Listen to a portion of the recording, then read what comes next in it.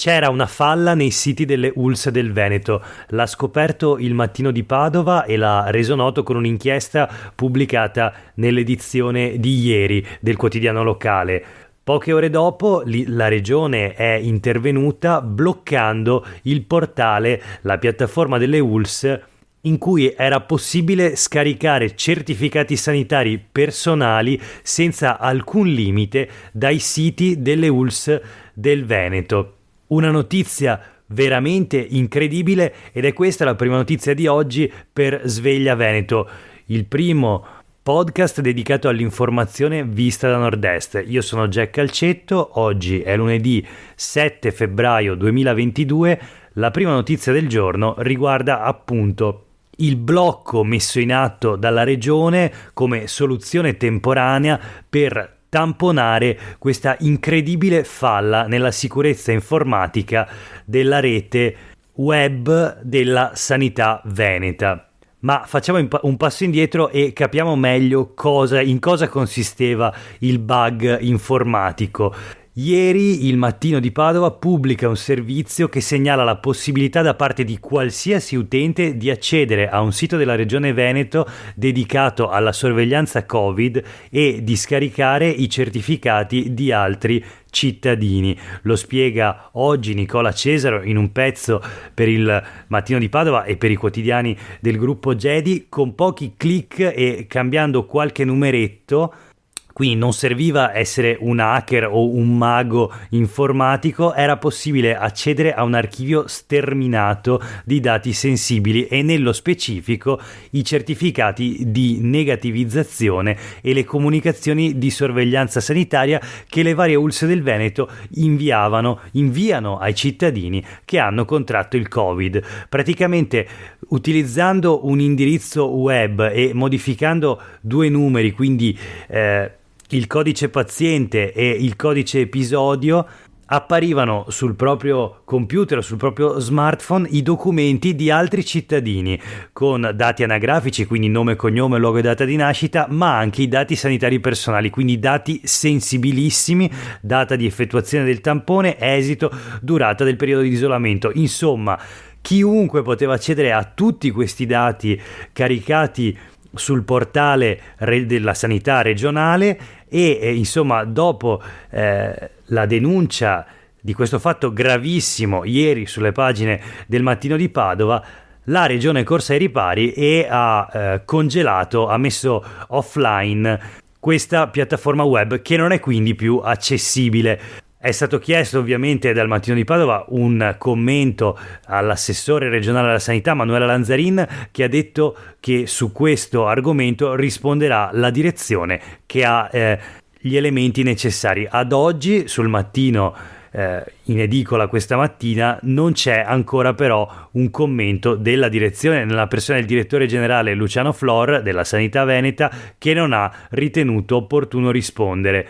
In ogni caso, come sottolinea il giornalista, la gravità del problema venuta a galla con il servizio del Mattino di Padova è stata chiaramente ravvisata dalla regione, che proprio ieri ha messo al tavolo i tecnici per tappare almeno parzialmente questa gravissima falla.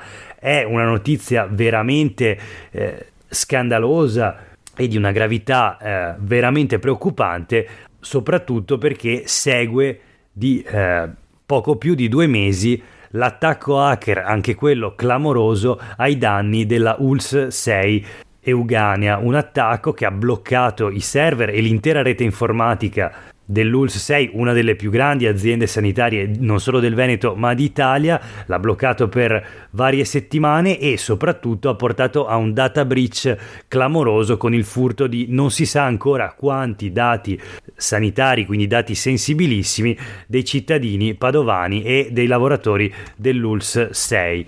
Proseguiamo con la seconda notizia di oggi, che riguarda sempre la sanità, ma in questo caso parliamo della fuga dei medici. Sì, perché non di solo software è fatta la sanità veneta, ma anche di hardware in questo caso in carne ed ossa, e parliamo quindi del personale sanitario e in particolare dei medici veneti, che sono esasperati. 9 su 10 se ne vogliono andare. Si tratta di un'indagine del sindacato CIMO pubblicata oggi sui quotidiani del gruppo GEDI. All'indagine condotta dal sindacato CIMO FESMED hanno risposto 583 camici bianchi dipendenti dalle ULSS regionali, e solo un decimo di questi quasi 600 intervistati si è dichiarato contento del lavoro all'interno di un ospedale pubblico. 2 su 10 sognano la pensione, gli altri il settore privato o addirittura l'estero.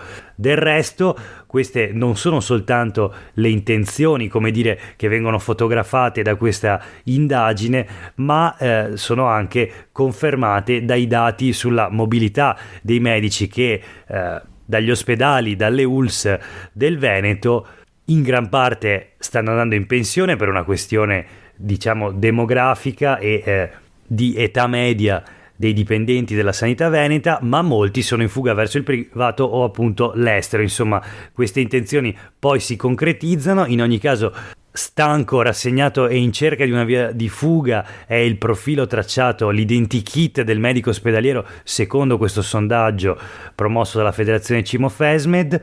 Il Veneto è la regione in cui appunto è stata registrata la maggior partecipazione a questo sondaggio, e anche questo è un dato interessante. Oltre al tasso di soddisfazione, che ci dice che il 75,8% degli intervistati vorrebbe continuare a fare il medico, ma solo l'11% resterebbe nel pubblico, ebbene c'è un altro dato interessante, che è quello relativo al tempo, il tempo dedicato al lavoro. Abbiamo soltanto il 18% dei medici ospedalieri che dichiara di lavorare fino a 38 ore, mentre la stragrande maggioranza lavora fino a 48 ore settimanali, il 58%, e il 24% lavora addirittura oltre 48 ore settimanali. Ricordiamo che l'orario di lavoro da contratto per i medici ospedalieri è di 36 ore. Tutto il resto non è dovuto. Oltre le 48 ore non si rispetta la normativa europea, quindi abbiamo soltanto un 18% di medici che lavora già comunque un po' di più, quindi 38 ore settimanali, ma comunque vicino a quello che è previsto dal contratto di lavoro, e invece un medico su 5 lavora oltre 48 ore, quindi addirittura al di fuori della legge, della normativa europea. L'11% dei medici, infine, ha più di 100 giorni di ferie arretrate. Voltiamo pagina, parliamo di parità salariale. Se ne discuterà domani nel Consiglio regionale del Veneto. Oggi il Gazzettino dedica il progetto di legge che verrà promosso appunto nella seduta di domani.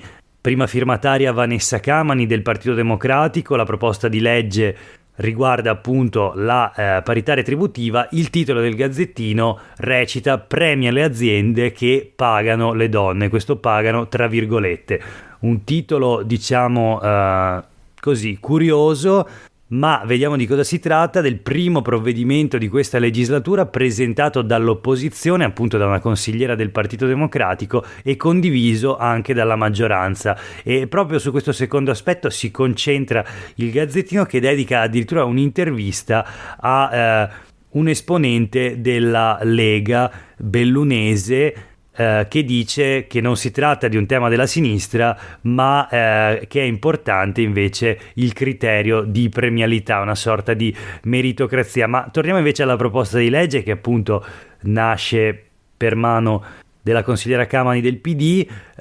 Si propone di introdurre un registro regionale delle imprese virtuose in materia retributiva di genere, destinato ai soggetti che aderiscono alle finalità della legge, quindi alle aziende che in qualche modo promuovono la parità retributiva, e in particolare che rendono pubblici e consultabili tutti i dati relativi alle differenze retributive che esistono all'interno appunto dell'azienda, e anche alle politiche aziendali messe in campo per garantire una effettiva parità di genere all'interno dei luoghi di lavoro.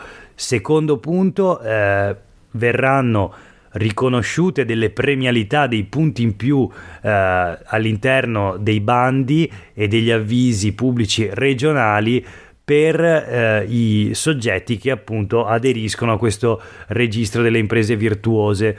Infine è prevista l'erogazione di servizi specifici per l'inserimento e il reinserimento lavorativo delle donne, con l'istituzione di uno sportello donna all'interno del sistema dei centri per l'impiego regionali.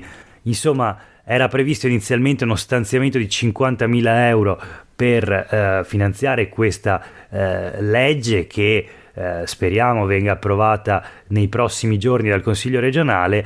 Lo stanziamento è stato raddoppiato e ora prevede appunto 100.000 euro per attività di formazione e informazione sul tema della parità di genere. Non sarà molto, ma è sicuramente un inizio, la prima legge di questo tipo che verrebbe approvata dal Consiglio regionale del Veneto.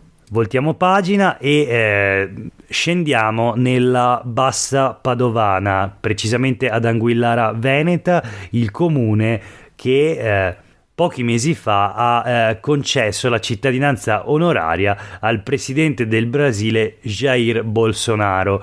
Ricorderete una grandissima polemica che aveva poi visto anche una serie di manifestazioni sia ad Anguillara Veneta sia a Padova in occasione della visita di Jair Bolsonaro, presidente del Brasile, per ricevere appunto la cittadinanza onoraria di questo comune della Bassa Padovana da cui sarebbe originaria la famiglia Bolsonaro. Ebbene, la cittadinanza al presidente del Brasile costa una denuncia al comune. Europa Verde presenta un esposto in tribunale chiedendo che la delibera venga annullata. L'accusa è nei confronti della sindaca e di 8 consiglieri.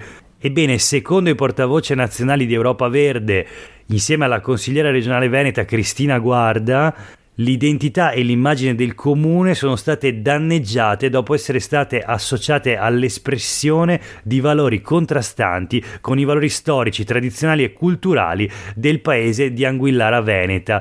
Insomma, la politica di Bolsonaro lo ha reso noto come il presidente che ha consentito e tollerato l'aggressione ai popoli indios, ha aperto miniere illegali, ha autorizzato una deforestazione senza precedenti nella storia del Brasile. E tutto questo ha costato al nome del comune di Anguillara, addirittura con la cittadinanza onoraria, danneggerebbe l'identità e l'immagine comunale. Da qui l'accusa, l'esposto in tribunale e la richiesta di annullare la delibera che conferisce la cittadinanza onoraria al presidente Bolsonaro. Insomma, una nuova pagina per questa polemica che sembra davvero senza fine. Chiudiamo la edizione di oggi con 2 notizie flash. Rissa all'alba davanti a un locale vicentino, un locale di lap dance, lo storico locale notturno Boys. C'è stata appunto una violenta lite durante il fine settimana, nella notte. Ieri mattina, a dire la verità, pochi minuti dopo le 6, un 22enne padovano è stato assalito e picchiato da un gruppo di ragazzi nel piazzale della fiera in zona Vicenza Ovest. La notizia sul Gazzettino di oggi è da segnalare il fatto che il ragazzo abbia raccontato alla polizia di essere stato colpito da militari USA. Non è in pericolo di vita. Le indagini per identificare gli aggressori sono condotte dalla questura, ma sono stati coinvolti anche i carabinieri della SETAF che operano appunto alla caserma Ederle americana di Vicenza.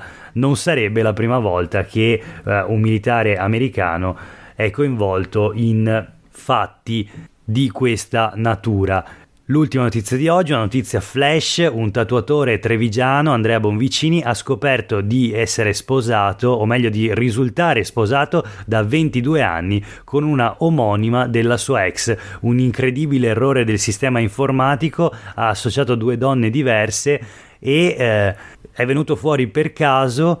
Il tatuatore trevigiano ha scoperto così di essere appunto sposato non con la sua ex moglie, ma con una cameriera veneziana che si è scoperta anche lei sposata da oltre un ventennio al momento di compilare le carte per la disoccupazione.